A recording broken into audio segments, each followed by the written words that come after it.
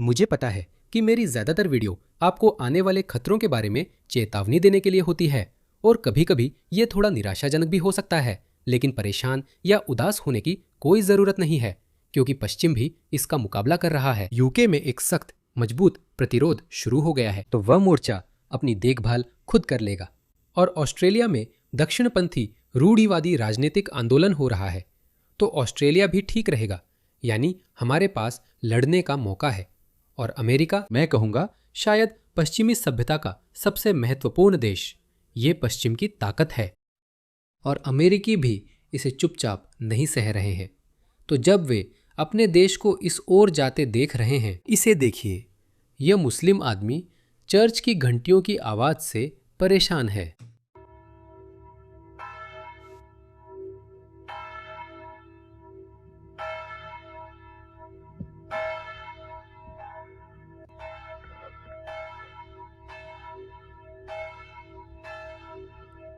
Cousins, उसके माता पिता कजन थे 100%। इसे देखो, वह परेशान है। हाँ, और दूसरी तरफ हमारे पास ये राजनेता हैं जो भोले भाले वामपंथी अमेरिकियों को लुभाने की कोशिश कर रहे हैं। हाँ, मामदानी ने भी ऐसा किया था, ये लोग भी वही कर रहे हैं। और दूसरी तरफ वे हमें बार बार बताते रहते हैं कि वे कैसे जिहाद छेड़ेंगे, कैसे वे अमेरिका पर जबरदस्ती कब्जा करेंगे। मिशिगन के डियरबॉर्न संयुक्त राज्य अमेरिका की एक मस्जिद के अंदर का यह छुपा हुआ कैमरा फुटेज देखिए, जिसमें देशद्रोह की एक दुआ कैद हुई है। और मुझ पर भरोसा करो, हमें यह बात लगभग 30 सालों से पता है। मेरे पिता जब वे न्यूयॉर्क गए थे, उन्होंने कहा था कि उन्हें यह बहुत अजीब लगा कि न्यू जर्सी में रहने वाले मुसलमान न्यू जर्सी की किसी मस्जिद में, उनमें से ज्यादातर पाकिस्तानी थे, और उन्होंने कहा कि यह मजाकिया था। उन्होंने कहा कि उन्हें यह बहुत विडंबनापूर्ण लगा कि ये लोग अमेरिका में रह रहे हैं, लेकिन अपनी मस्जिद में वे अमेरिका के पतन की दुआ कर रहे हैं। यह तो बिल्कुल उल्टा है, इसका कोई मतलब नहीं बनता। आप उस देश में क्यों रहते हैं जिसे आप इतना नफरत करते हैं? और आपके एक हुक्म से आप उन्हें नष्ट कर देंगे। या रहमान और रहीम, आप नष्ट कर दें, नष्ट कर चुके हैं। और आपने आद, समूद और फिरौन जैसे लोगों को तबाह कर दिया। ये आज के फिरौन आद और समूद हैं। या रहमत, अमेरिका आज का फिरौन है, वही फिरौन, वही फिरौन। यही वो कह रहे हैं। वो कह रहे हैं, अल्लाह कृपया आज के फिरौनों को नष्ट कर दो। रहमान, हम आपसे मांगते हैं, ए अल्लाह उन्हें नष्ट कर दो, नष्ट कर दो, ए अल्लाह उन्हें इस धरती की सतह से हटा दो। या रहमान, रहमान, या अकरमुल अकरमीन। आऊज़ु बिल्लाहि मिनश शैतानिर रजीम। काफिरीन का मतलब है सभी अविश्वासी, यहूदी और ईसाई।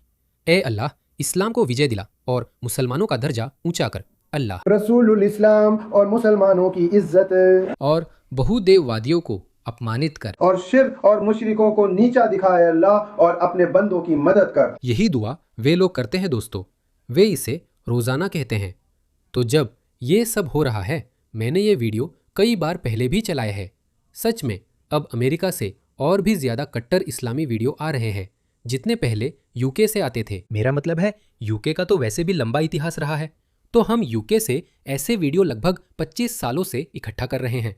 मुझे लगता है कि अमेरिका में ये सब 7 अक्टूबर 2023 के बाद और तेज हो गया। तो अब अमेरिकी लोग जवाब दे रहे हैं। ठीक है, अमेरिकी लोग जवाब दे रहे हैं। और लॉरा लूमर, मुझे लगता है इस इस्लामवाद के बढ़ते खतरे के खिलाफ इस मुहिम में अहम भूमिका निभाने वाली हैं। इसे सुनिए। आपके पास लाखों मुस्लिम पुरुष होंगे, सैन्य सेवा की उम्र के पुरुष जो युद्ध करने में सक्षम होंगे। और अगर ये लोग नागरिक हैं या नागरिक बन सकते हैं और इन्हें हथियारों तक पहुंच मिल जाती है ना, तो ये और भी बुरा है, क्योंकि तब ये लोग सक्षम होंगे। और चाहे वे कानूनी रूप से हथियार बंद हो, और वे हथियार प्राप्त करने में सक्षम हैं उन भंडारों से जो आप जानते हैं, ये मस्जिदें, मेरा मतलब है 100%। मैंने कई अलग अलग खुफिया अधिकारियों से बात की है, ठीक है, FBI, CIA, वे 100% जानते हैं कि इन मस्जिदों का इस्तेमाल हथियार जमा करने के लिए किया जा रहा है। और फिर से, अगर कुछ टूटा नहीं है तो उसे ठीक मत करो। ये पहले ही हो चुका है, ये किसी भी शक से परे साबित हो चुका है। ये यूके में हो चुका है। इसे देखो, ये 2024 के साउथपोर्ट दंगों के दौरान हुआ था। मुसलमान अपनी मस्जिदों में गए और जो भी उनके हाथ लगा उसे उठा लिया। मछेते, कौन जानता है, शायद कुछ बंदूकें भी हों, लेकिन मछेते तो जरूर थे। बेसबॉल बैट्स, तलवारें, चाकू। इसे सुनो, एक मुसलमान, और देखो इसमें कितनी विडंबना है। एक मुसलमान, एक ब्रिटिश मुस्लिम पुलिस अफसर अपने मुस्लिम साथियों से कह रहा है कि अपने हथियार मस्जिद में छोड़ दो, उन्हें वापस मस्जिद ले जाओ। तो वह कोशिश कर रहा था कि शांति बनाए रखे। अगर कोई मूड क्रिया ऐसा कुछ है तो मैं क्या करूंगा कि मैं उन्हें लिखूंगा, आप ऐसा करेंगे, किसी भी कार्रवाई या किसी भी ऑपरेशन के लिए कोई कारण नहीं देंगे, ये मेरा अनुभव नहीं है, और अगर कोई मूर्ख है तो उसे छोड़ दो, कोई कार्रवाई मत करो। एक और वीडियो था जिसमें स्काई न्यूज के पत्रकार कह रहे थे कि ये सब अति दक्षिणपंथी गुंडे कर रहे हैं, लेकिन पीछे आप देख सकते थे कि मुसलमान तलवारों के साथ थे। आप ऐसी बातें बना नहीं सकते। वामपंथी मीडिया आपको गुमराह करती रहेगी जब तक कि अमेरिका गिर नहीं जाता। वे फिर भी देशभक्तों या राष्ट्रवादियों को दोष देने का कोई तरीका ढूंढ ही लेंगे। तो इन लोगों के झांसे में मत आना। तो जो वो कह रही है वो पूरी तरह से सही है। ग्रेनेड जमा करना, राइफल्स जमा करना, AR-15 हैंडगन, चाकू, जो भी कह लो, विस्फोटक जमा करना। मैं आपको गारंटी देती हूं, अगर आप अमेरिका की किसी भी मस्जिद में जाएं और फर्श के पैनल्स को हटाएं, या सेफ रूम में जाएं, या बेसमेंट में जाएं, या अटारी में जाएं, तो आपको हथियारों का जखीरा मिलेगा। आपको हथियार जरूर मिलेंगे, क्योंकि यही वो लोग कर रहे हैं। वे युद्ध की तैयारी कर रहे हैं। हाँ, ये एक साथ होने वाला है। कुरान उन्हें यही करने का निर्देश देता है और यही सिखाता है। मैंने अपने दिमाग में कुछ संभावित हालातों पर विचार किया है। हाँ, अगर मैं मुसलमान होता, अगर मैं मुस्लिम ब्रदरहुड से जुड़ा होता, या अगर मैं उम्मा का हिस्सा होता और मेरा दिमाग उग्रवादी होता, और मुझे यकीन है कि इस मुकाम तक पहुंचने तक मैं अपनी किस्मत पर यकीन नहीं कर पाता कि हमने ये हासिल कर लिया। ये शायद अपने आप हुआ हो, लेकिन जाहिर है ऐसा नहीं था। हमें पहले से ही मुस्लिम ब्रदरहुड की योजना पता है। लेकिन सोचिए, आप ऐसा सोचे कि ठीक है, हम इससे बच निकले। हम यूरोप में 10,000 लड़ने की उम्र के पुरुष भेज सकते हैं। यूके में कुछ नहीं होगा। इनके नेता इतने बेवकूफ हैं कि ये नावों को वापस भी नहीं भेज सकते। ठीक है, भेजते रहो, भेजते रहो। तो कुछ अनुमानों के अनुसार यूरोप में 5 मिलियन मुसलमान हैं। सदी की शुरुआत में वहां केवल आधा मिलियन थे। माफ कीजिए, अब वहां 50 मिलियन है, और सदी की शुरुआत में वहां केवल आधा मिलियन थे। 50 मिलियन, यह ऑस्ट्रेलिया और न्यूजीलैंड की कुल आबादी से भी ज्यादा है। ठीक है, यूरोप एक बड़ा महाद्वीप है, कोई बात नहीं, लेकिन पिछले 10 सालों में उन्होंने शरण मांगने वालों के नाम पर 3 मिलियन लड़ने की उम्र के पुरुषों को अंदर लिया है। कुछ लोगों का अनुमान है कि केवल जर्मनी में ही 2 मिलियन तक लोग हैं। आधिकारिक आंकड़े कहते हैं कि लगभग 1 मिलियन लोग हैं। यूके में 1 लाख से ज्यादा हैं। फिर से यह एक आधिकारिक अनुमान है, मुझे इस पर भरोसा नहीं है, क्योंकि कुछ समूहों ने लंदन में सीवेज की मात्रा मापकर अनुमान लगाया है। उनका कहना है कि सिर्फ लंदन में ही 10 लाख बिना दस्तावेज वाले लोग रहते हैं। तो चलिए बीच का कोई आंकड़ा मान लेते हैं। हाँ, शायद वहां 5 लाख अवैध बिना दस्तावेज वाले लोग हैं। लड़ने की उम्र के प्रवासी मुस्लिम पुरुष जो यूके में रह रहे हैं, वे अपने मुस्लिम समुदाय की नजरों में बलिदान किए जा सकते हैं। अपने नेताओं की नजरों में भी 100% बलिदान किए जा सकते हैं। उन्हें पहले ही बता दिया गया है कि अगर तुम मरोगे तो जन्नत जाओगे और 72 हूरें मिलेंगी। तुम्हें जल्दी ही पता चल जाएगा, तुम्हें बहुत बड़ा झटका लगने वाला है। अब हम बस यही सोच रहे हैं कि ये कब होने वाला है, क्योंकि मेरी तरह के लोग बहुत समय से इस खतरे की घंटी बजा रहे हैं। ये कब होगा? तो अगर मैं एक मुस्लिम नेता होता, या अगर मैं इसमें शामिल होता और मैंने देखा कि ये मौका सामने आया है, ठीक है, ये लोग विश्वविद्यालय के छात्र नहीं हैं। हमने देखा कि स्पेन के सेउटा में जो लोग घुसे थे वे किस तरह के लोग थे। ये लोग बिल्कुल देहाती हैं, पढ़े लिखे नहीं हैं, बिल्कुल गंवार लोग हैं। इन लोगों को अपने ही देश के सभ्य या सम्मानित समारोहों में भी स्वागत नहीं मिलता। ठीक है, ऐसे ही लोग यूरोप और अमेरिका में भी आ रहे हैं। मुझे उम्मीद है आइस अच्छा काम कर रही है, लेकिन शुक्र है कि ट्रंप ने कम से कम उसे रोका, वरना वे ऐसा कर ही देते।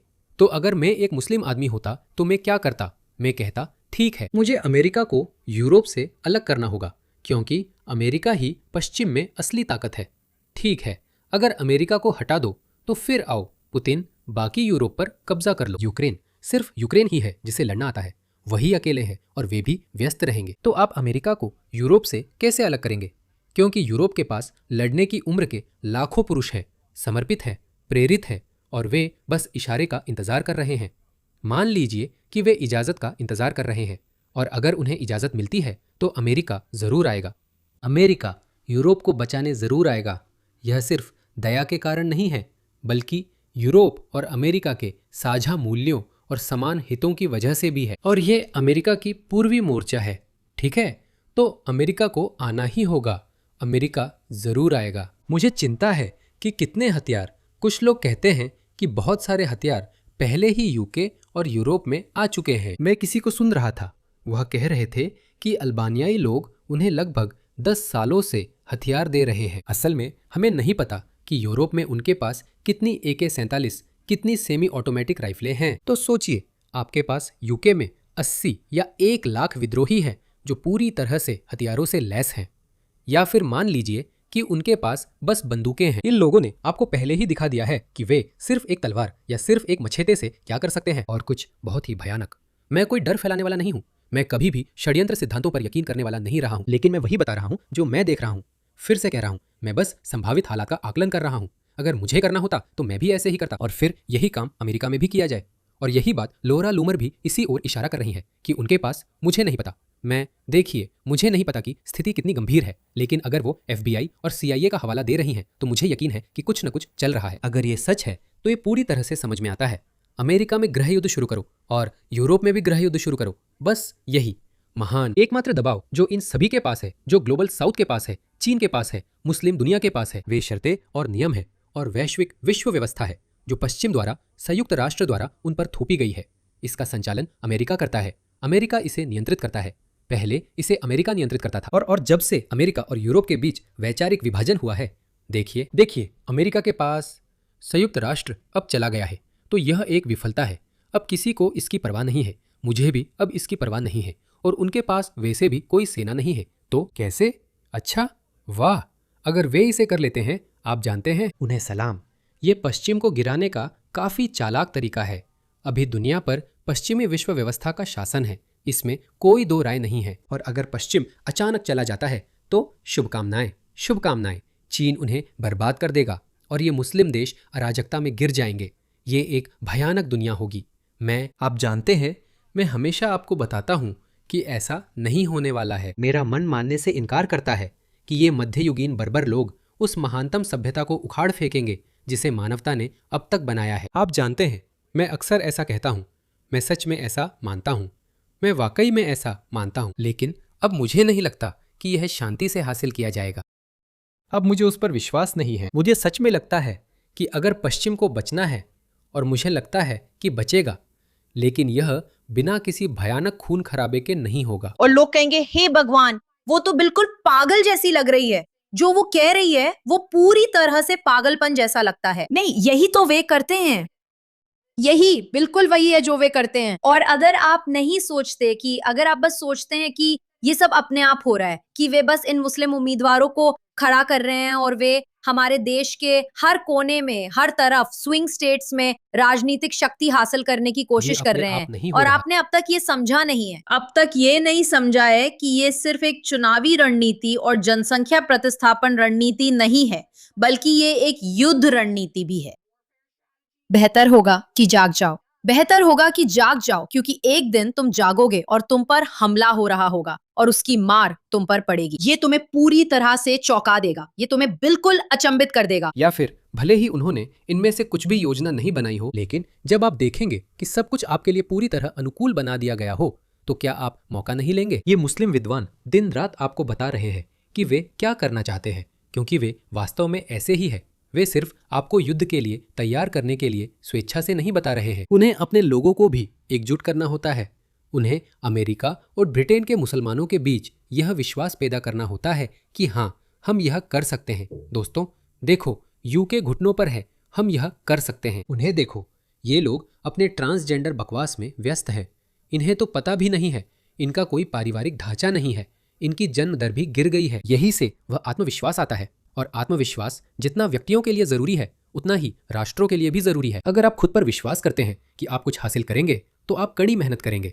आप यह सुनिश्चित करेंगे कि आपके अंदर वो भूख, प्रेरणा और जज्बा हो जिससे आप उस लक्ष्य को हासिल करने के लिए कुछ कर सके। और यही बात देशों पर भी लागू होती है। लेकिन वे देश जो बटे हुए हैं, जो विभाजित है, जिनमें गुट है, जो दुश्मन के साथ मिल गए हैं, किसी एकदम, मुझे नहीं पता, आप वामपंथियों की पागलपन को कैसे समझाएंगे? शायद वे सोचते हैं कि वे इस्लामवादियों को काबू कर लेंगे। शायद वे सोचते हैं कि नहीं, असली खतरा इस्लामवादी नहीं है, असली खतरा तो पूंजीवादी हैं, असली खतरा तो गोरे लोग हैं। ये पश्चिमी सभ्यता है जो दोषी है। मुझे नहीं पता, जो भी है, हमें उनके जागने का इंतजार नहीं करना चाहिए।